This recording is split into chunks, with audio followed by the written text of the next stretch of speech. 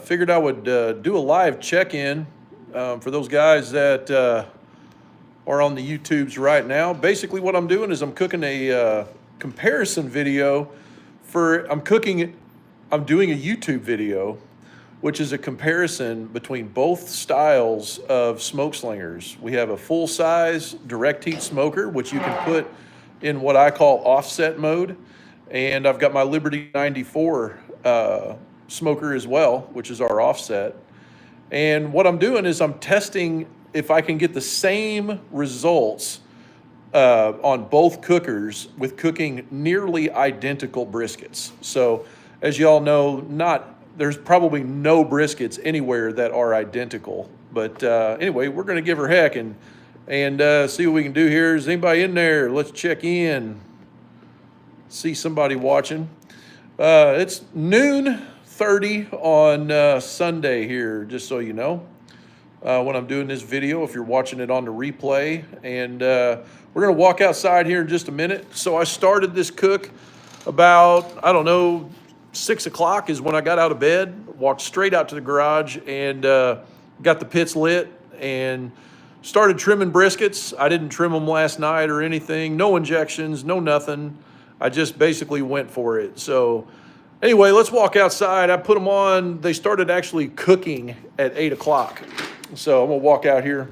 By the way, today's rubs, everybody wants to know that all the time. My base layer is Bartlow's Barbecue Dust Bowl. This is my buddy Scott. He's down in Oklahoma. That's what the Dust Bowl thing's about. And this is a kind of a white rub. It's like a SPG, but it's got like some buttery characteristics to it. It's really super great on a base layer. And then I got my buddy Mark Lambert, Texas Beef Sweet Rub O' Mine. This is his Texas Beef Rub. This is a really great rub for the second layer on that. And of course you let them sweat in, and then after that you put on a little bit of pepper, just good old-fashioned pepper. That's what we're running at right now. Let's go on out here and check these briskets. Flip the camera around. Boy, it's bright out here. See if I can see. There's the Liberty 94, chugging right along. Been running about 240, 250 on the thermometer. Got a medium coal bed. Of course, it's about time to add a log. Yeah, it's time to add a log. Medium coal bed right there. Of course, I'll put another split right on top. When I'm running this, I have my coal bed kind of broke up in the middle. I put a split on the right and a split on the left. That way I get maximum air right in between. We're using the pinwheel damper, and it's set about right there today. You can run this with the door open, but I prefer to run it with a damper. I get a lot better control over the pit. For those guys that haven't seen it, it's a cool logo. Beautiful welds. Anyway, here we go. Let's look. Yeah, I just opened up the door, of course, but we're running about 225 right now. I've been running about 240, 250. Oh, look at here. Here we go. Starting to get some wet up on top. That's brisket number 1. Got our tallow going over here. It's not quite time to wrap, so I'm not worried about that too much. Let's see what our temp is in the flat. Oop, forgot to turn it on. I don't cook by temperature. I actually cook by render and feel and overall everything. About 144 in the flat. Not quite 140 in the point. This brisket's not as far along as the other one. It was also just a little bit bigger. I always tip this up and get rid of some of that. Some of that tallow sits on the top. Got my flow tuner baffle installed in here, and you can see I've got my bottom right and my bottom left pinwheel damper open. We're about 2.5 inches off of the firebox wall there. And we got our stack damper set about half or so. Burning all cherry wood today.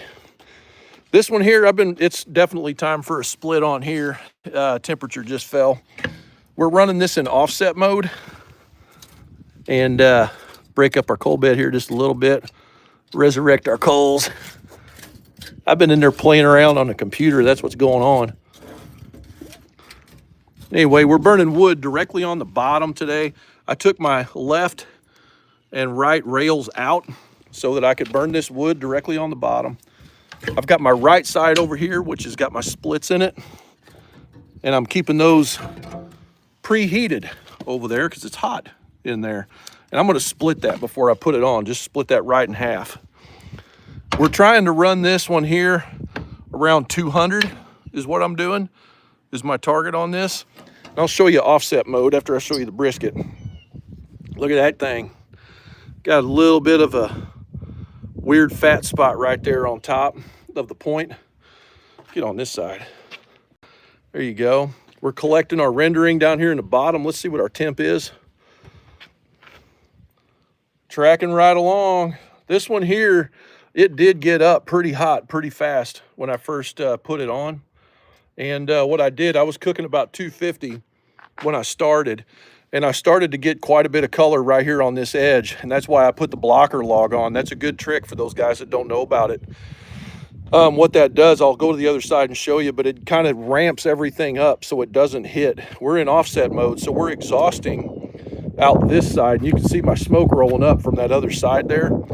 So everything comes up. It's pretty smoky, but there's our fire. Here's our tuning plates. Everything comes up through that opening, then it rolls up under the lid. And that's why I got to have this blocker log here, because there's only about 4 inches above this brisket to the inside of the lid. So cooking like this is about like cooking on the top rack in an offset.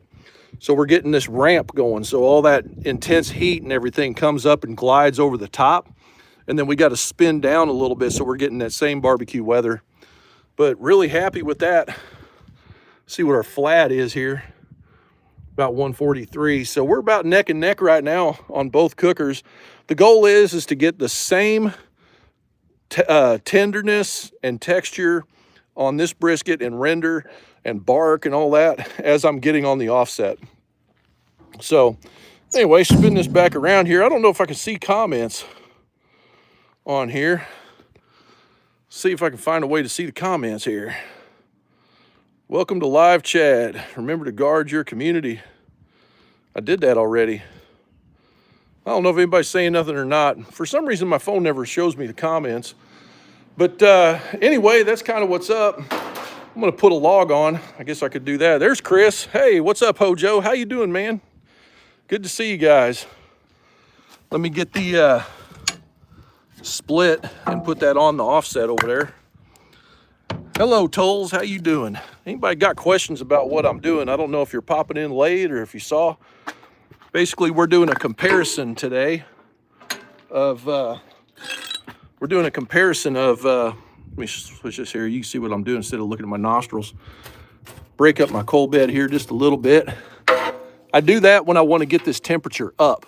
If I didn't want my temperature to go up, then I would basically not break those up. Whenever you're running an offset, you want to keep control of your coal bed, because that's where all the heat's at. All that heat comes right out of that coal bed, and that's what we're doing. We're burning right on the bottom. Let that log, when you preheat your wood, that log takes off super fast like that. And then of course the camera can't catch 100% of everything, but we're gonna have a super clean fire. This is cherry wood today, by the way. And temperature outside, Tolls is asking, the temperature outside started at 25 degrees. Right now it's about 55. Snow is in full melt mode. So once that log gets lit like that, I'll go ahead and shut my door. We're running the air inlet down here on the bottom. Target temperature on the offset is around 250. Turn this around here. Let's see, we got another question here. Hojo, he says, do you have a deflector on the smoke slinger or just running about the live fire? Oh, okay, cool, great question.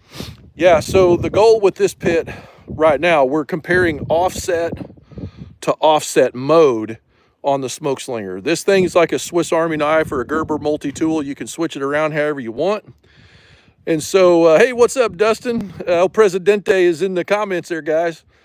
But anyway, we got our fire going over here on this side. It comes up, and then it spins around the top and goes back down on this side. So we're trying to get that offset mode.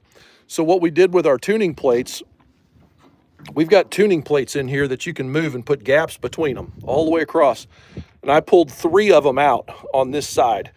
So you can see our fire sort of. I need to add some wood. Not sure if you can tell or not as smoky as it is.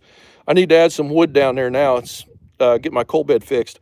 But everything comes up and spins and goes that way. And so we've got a blocker log here on this side, which is just like ramping that intense, superheated airstream. It's having it go up and protecting the end of our point. Always put the point of the brisket facing into the wind. Everything just kind of ramps up and then it just kind of comes back down on top. So we're replicating that same exact thing as we're getting on the other offset. So we got about, from the top of the brisket to the inside of this lid is about 4 inches. The next time I do this, I'm probably gonna drop and cook on the bottom rack. Dustin and I were just talking about some different scenarios. That's, overall, I think that's what I like about this thing the most, this full-size smoke slinger, is how flexible it is and how many different scenarios. Like, it's as big as wherever your imagination takes you on that pit. You can do whatever you want. Now, I think that brisket on that full-size smoke slinger is going to get done way faster. Probably 8 hours is probably where we're going to be compared to the offset. The offset, it's running itself basically. When I'm not too busy fooling around on the camera and the phone and all that, it's just out here just kicking along, no complaints. It just likes a log once in a while, So there you go. Well, hey guys, I'm gonna finish this video here probably about dark tonight. And if you haven't already, go over to the Facebook group, Smoke Slinger Pit Owners Group. That's where the party's at. I'll be checking in there frequently throughout the rest of the day with different videos and pictures and stuff like that. As a matter of fact, C-Ray Jim is in there. He's one of our members. He's actually doing the exact same cook, except he's cooking a chuck roast today the same way. He's testing it on his results. So we get this awesome activity going on in that Facebook group with a bunch of people cooking at the same time and stuff. So also, by the way, today is Real Meat Stick's birthday. Want to wish Dave a happy birthday today. He's cooking probably on his full-size smoke slinger or his Liberty 94. So if you ain't already, get out there and light a fire. It's fun, even though it's snowy and stuff outside in the Midwest. You get the picture. Appreciate you.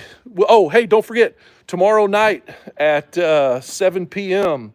is the Barbecue Nerds podcast. Me and Dave go in there, and I don't know what we're talking about. We haven't decided yet, but we'll get that put together pretty quick. Appreciate you guys. Have a great one. We'll see you.